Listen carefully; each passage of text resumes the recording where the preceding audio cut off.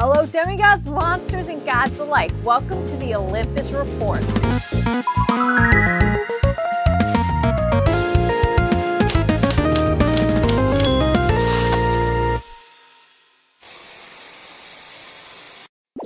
We're almost at the finish line, Half-Bloods.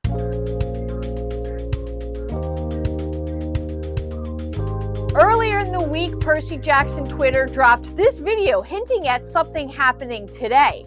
And it's the final Percy Jackson trailer, guys, and it is beyond anything we've seen up until this point. Let's break it down shot by shot. The first two shots of the full-length official Percy Jackson trailer are shots we've already seen before. The outside of the Met and Percy inside the Met looking at the statue Perseus. However, the next couple of shots are shots that most of the world hasn't seen before. These shots were shown at the New York Comic-Con sneak peek preview, but to the rest of the world, they haven't seen it. It's Sally talking to a very young Percy. Both Sally and Percy are looking at the statue Perseus, and Sally explains to Percy that she named him Percy not because Perseus was a hero, but because he survived and had a happy ending. The bond and connection you can feel here between Percy and Sally is so strong, and I can't wait to see them in the rest of the series. The next 5 to 6 shots are extremely fast, and if you weren't paying attention, you probably missed them on the first watch. The first one is a wide silhouette shot of our trio walking through the underworld. Like I've said in previous videos, according to the production team of Percy Jackson, they went a different approach with the underworld. Instead of the typical hell interpretation of fire and lava, they've went for a very cool and isolated underworld. It's very misty, there's not a lot of colors, and it's very bland. And honestly, I think this is way more unnerving. The thing I love most about this shot, though, is that we can see Grover's goat leg. The next shot is Percy pulling a bag of blue candy out of his backpack.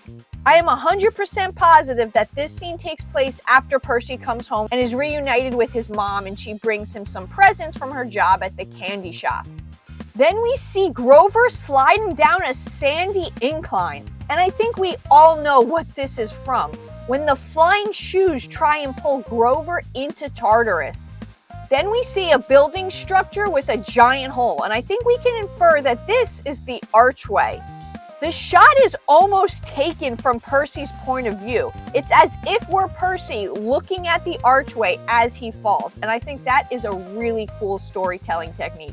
The next shot is of Percy running through the woods during Capture the Flag. This scene was also shown at New York Comic-Con, and this is from when Clarice is chasing him. I love the absolute terror we can see on Percy's face. Then we get a shot of Percy underwater. I think the first official one we've seen so far, and it's only a second.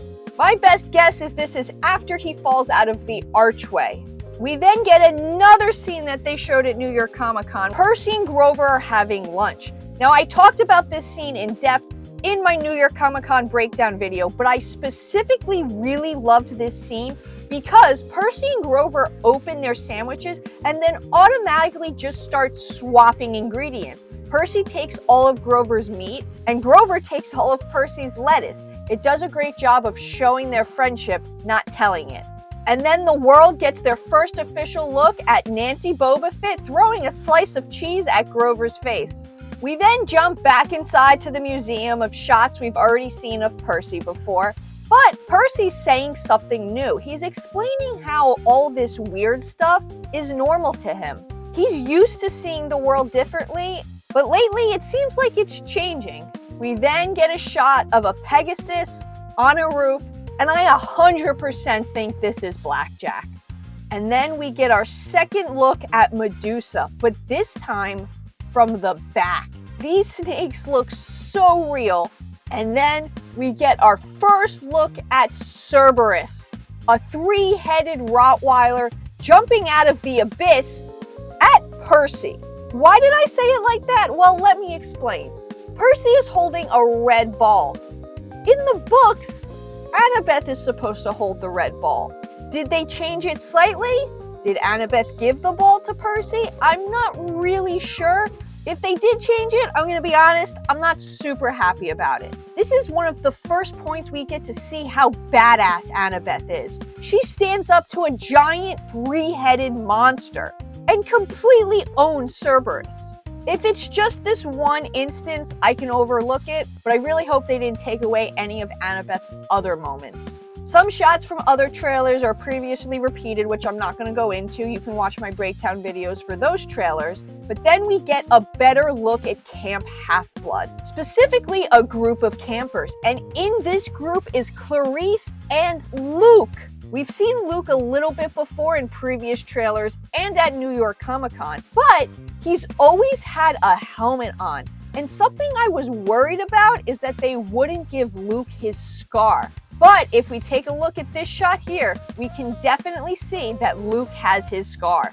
I'm not gonna lie, it kind of looks like a pretty bad paper cut. Definitely not the deforming scar that was described in the book. But considering in the movies Luke didn't even have it, I'm just happy it's there. We then get Clarice in typical Clarice fashion shoving Percy down. Perhaps this is right before she drags him to the toilets? Probably not, considering Annabeth isn't there, so we'll just have to wait and see. Maybe it's an added scene. We then get a better look inside the car as Sally, Grover, and Percy run from the Minotaur. Again, this scene was shown at New York Comic-Con, so I talked about it in detail in that video, so I won't go into it too much, but I will say again that it just looks absolutely fantastic. The trailer then shifts to Chiron explaining to Percy what's happened. The Master Bolt has been stolen and Poseidon needs his help. We get an absolutely beautiful shot of the canoe lake at Camp Half-Blood. We then get our first look at Poseidon on Mount Olympus.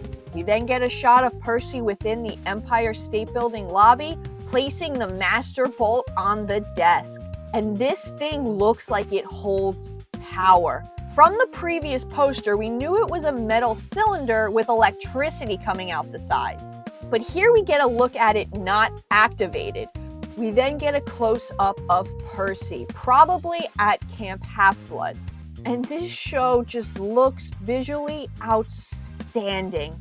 You can really get a good look at Percy's sea blue, sea green, whatever, eyes in this shot.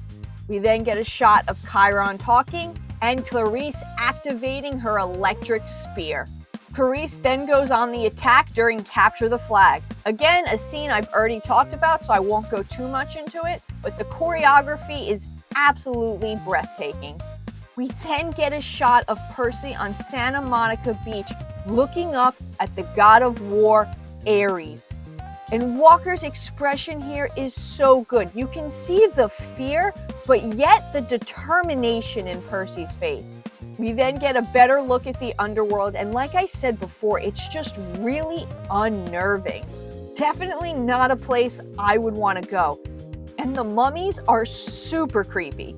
We then get a look at what I believe to be the dining pavilion, and in the center is the hearth where they would make offerings to the gods.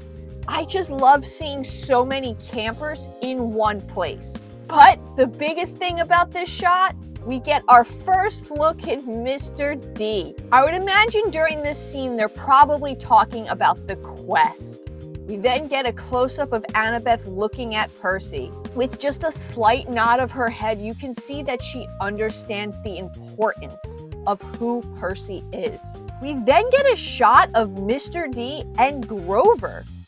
We then get to see Annabeth put on her Yankees cap of invisibility. And the transition is so smooth. The way her body disappears, becomes slightly foggy, and then gone altogether, exactly how it's described in the books. We then get a shot of Luke and Percy as Luke takes Percy throughout the camp, trying to find something Percy's good at. And here, Percy's giving his best shot at archery. Percy then tries to take a shot. And as we can see, it does not go well. We then get another look at Waterworld and the Tunnel of Love. We get another look at Annabeth where she says, "You don't understand where you fit into all of this." a perfect line delivery, possibly hinting at the great prophecy. We get to then see Percy on Mount Olympus, and we get a better look at Mount Olympus and the thrones. Now, these next two shots are interesting. Let me explain why. The first one is our trio on the train ride west. This would be after they find the pink poodle and buy the train tickets. However, we can tell by the expression on their faces that they're looking at something potentially scary. And then the next shot is Annabeth on the train being attacked by Echidna and the Chimera? At least I think this is the train. We can see booths on the side. However, I really hope I'm wrong, because Echidna and the Chimera aren't supposed to be on the train. They don't show up until they go to St. Louis and go to the Archway. So maybe Echidna finds them first on the train and then follows them to the Archway? Something has to happen on the Archway for it to explode and Percy to fall out. So if it's not Echidna, what is it? And if it is Echidna, why did she need to appear on both the train and the Archway? Just a small criticism I have here. The show looks incredible and it's following the book almost to a T, and Rick Riordan had full say over the scripts, so I trust him. But when the story diverges from the book, I get just a little hesitant. We then get a shot of what I think is Percy and Grover in the underworld, potentially approaching Hades' palace. And here we really get a good look at the underworld. It almost looks like an upside down world. If we look at the sky, it looks like there's mountains hanging from the ceiling. My only question is, where's Annabeth? We then get more shots of the Lotus Hotel and Casino. And guess who's there?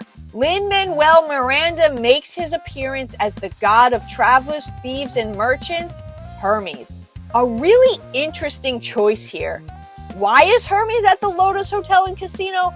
I have absolutely no idea. So I guess we'll just have to wait and see. Then we get a shot of Grover running across a casino table in his goat legs. And I absolutely love it. Percy then tackles someone who appears to have horns? So maybe it's another satyr? I'm not really sure. I have a feeling that the Lotus Hotel and Casino is going to be very different from what we've read about in the books. Then we get to see Percy take on the god of war, Ares. And oh boy, is Ares intimidating. Percy is just barely holding off his strikes. Again, the actions and stunts within this show, just from the little clips that we've seen, feel real. The danger feels real. We then get a really good look at the Minotaur, and this thing is all muscle. Percy is waving what appears to be a red flag. Percy doesn't want to leave Sally behind, but she talks some sense into him, and then Percy charges the Minotaur. Clips that we've seen before, with a little added to it. Right here, I'm pretty sure Percy just cut off the Minotaur's horn.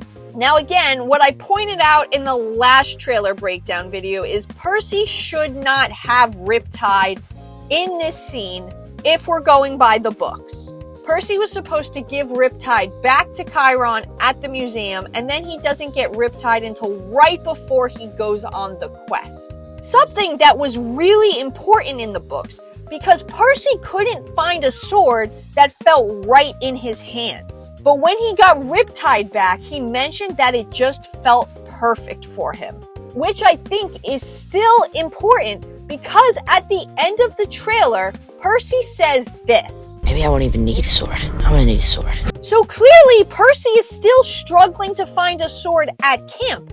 But why would this be if he already has Riptide after the Minotaur fight? Maybe he gets to camp and then he gives Riptide back? Again, just things I'm noticing and pointing out. I haven't seen the episode, so I don't know how it breaks down, so I can't give my opinion yet. We then get a good look at the Chimera. We've seen this clip before in the second trailer, but it was cut short, so I wasn't really sure what it was.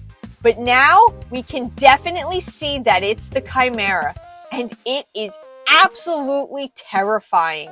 Now, if we take a look at this shot of Chimera throwing Percy, Percy is definitely in the archway. So maybe that clip before wasn't on the train, or like I said, the Chimera appears on the train and in the archway.